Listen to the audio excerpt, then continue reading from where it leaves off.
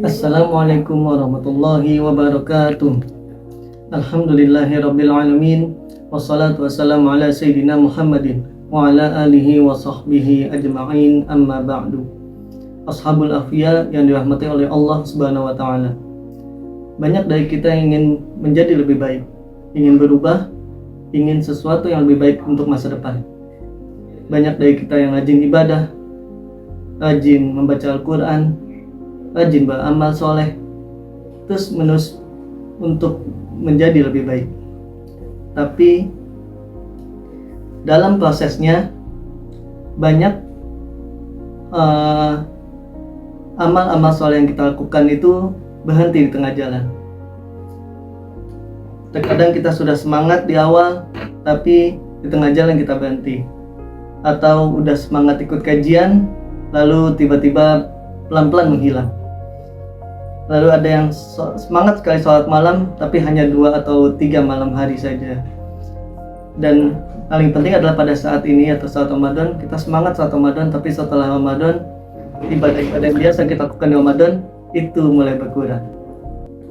Padahal dalam Islam yang dinilai itu adalah kesinambungannya. Rasulullah SAW bersabda, amalan yang dicintai oleh Allah adalah yang sedikit, adalah yang terus-menerus, walaupun itu dilakukan sedikit. Artinya, ketika kita melakukan amal soleh, ketika itu terus-menerus, maka akan lebih dicintai Allah dibandingkan kita melakukannya banyak, tapi hanya sesekali saja.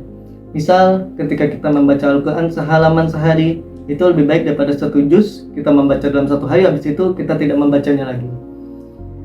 Begitupun ketika kita bersedekah 1000 setiap hari, itu lebih baik dibandingkan kita 1 juta tapi habis itu kita tidak bersedekah lagi.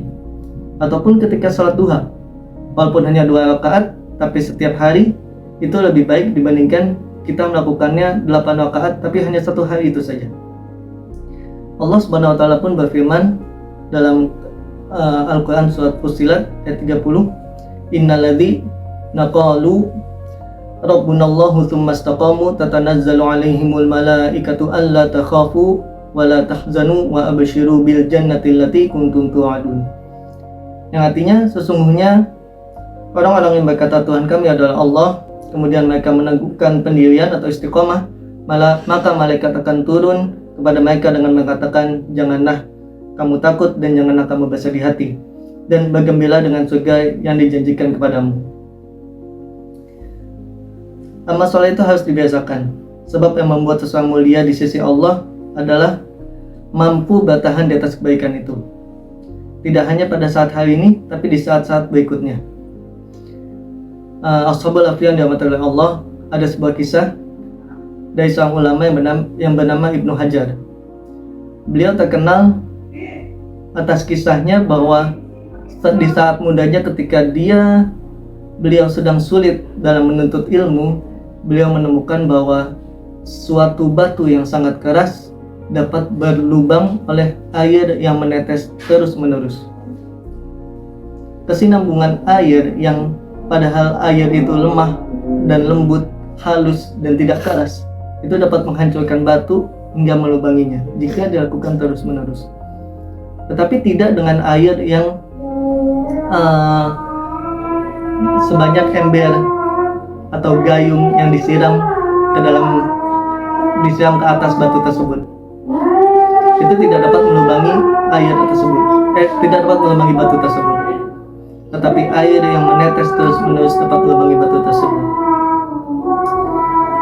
Ashabil afiyah dan mati Allah Subhanahu wa taala, istiqomah itu memang tidak mudah.